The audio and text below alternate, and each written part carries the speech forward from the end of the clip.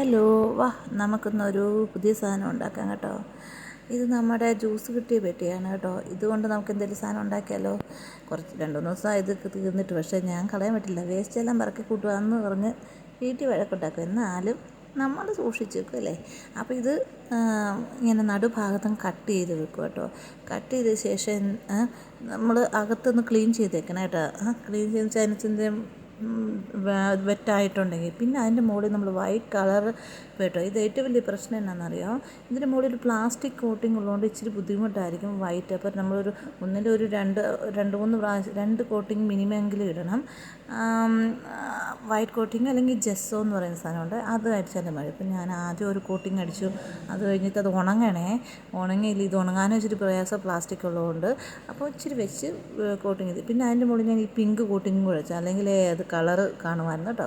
അപ്പം ഈ കോട്ടിങ് കളറും കൂടെ അടിച്ച ശേഷം ഇനി നമുക്ക് ഞാൻ അതിനകത്ത് വേണമെങ്കിൽ ഇങ്ങനെ തന്നെ നമുക്ക് ടിഷ്യൂ ഇതിനകത്ത് വെക്കാം കേട്ടോ.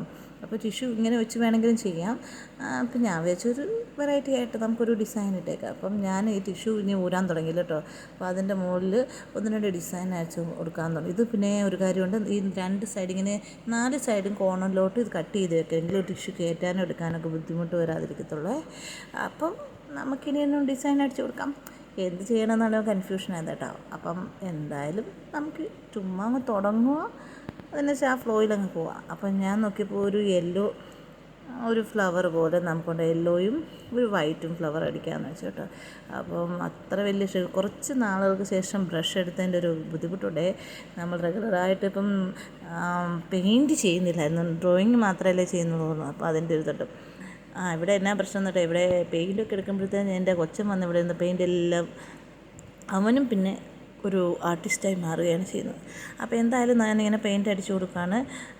എത്ര പെർഫെക്റ്റ് ആയിട്ടൊന്നും ആയില്ല, എന്നാലും എൻ്റെ രീതിയിൽ അങ്ങ് ഇറക്കും. പക്ഷേ ഈ കളർ സോറി കേട്ടോ ചേരുന്നുണ്ട് കേട്ടോ. വൈറ്റ് എന്ന് വെച്ചാൽ ഒരു യെല്ലോ മാത്രമായിട്ട് അടിക്കാതിന് പകരം ഒരു വൈറ്റും കൂടെ അങ്ങ് അടിച്ചു കൊടുക്കണം. അപ്പം പിന്നെ നിങ്ങൾക്ക് ഇഷ്ടമുള്ള കളർ അടിക്കാം കേട്ടോ. ഇതിൻ്റെ കൂടെ ഏതാണ് ചിലപ്പോൾ ബ്ലൂ അടിക്കാം, അല്ലെങ്കിൽ യെല്ലോ പെയിൻറ്റ് അടിച്ച ശേഷം ഇതിൻ്റെ മുകളിൽ വേറെ ഏതെങ്കിലും കളർ. അപ്പോൾ എനിക്ക് കൈ കിട്ടിയതങ്ങ് അടിക്കുകയാണ്. അപ്പോൾ നിങ്ങൾ ഇഷ്ടപ്പെടും. നിങ്ങളെന്താ ഇങ്ങനെ ലൈക്കൊക്കെ കുറച്ചടിക്കുന്നേ? ലൈക്കും ഇല്ല, സബ്സ്ക്രൈബും ചെയ്യുന്നില്ല. ഇത്രയും പേര് കാണുമ്പോൾ കണ്ടിട്ട് ലൈക്ക് അടിക്കാതെ പോകുന്നു, വലിയ തെറ്റല്ലേ. വലിയ യൂട്യൂബേഴ്സിനെ മാത്രമേ ഇഷ്ടമുള്ളൂ, നമ്മളെപ്പോഴും കൊച്ചുള്ളവരൊന്നും ഇഷ്ടമില്ലേ. അപ്പം ഇതൊക്കെ വളരെ ഇച്ചിരി സമയമെടുത്തൊക്കെ ചെയ്യുന്നല്ലേ. പാവപ്പെട്ടവരൊക്കെ ജീവിച്ച് പോയിക്കോട്ടെ.